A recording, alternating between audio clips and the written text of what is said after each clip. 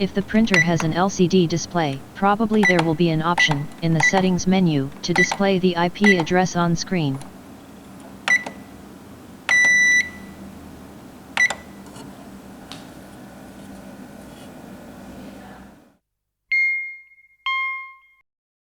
On Windows, go to Control Panel, Devices and Printers.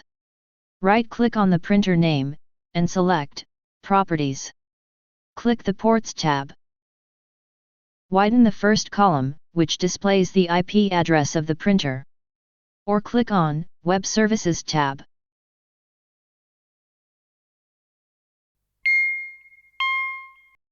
Open Command Prompt by pressing the Windows key and typing CMD.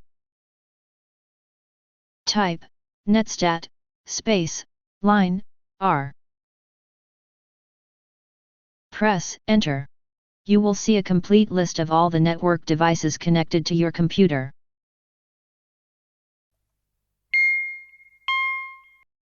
You can find the IP address in the Routers portal. No two routers menus are organized in the same way, so it's impossible to give precise instructions. You'll find instructions on your router manual.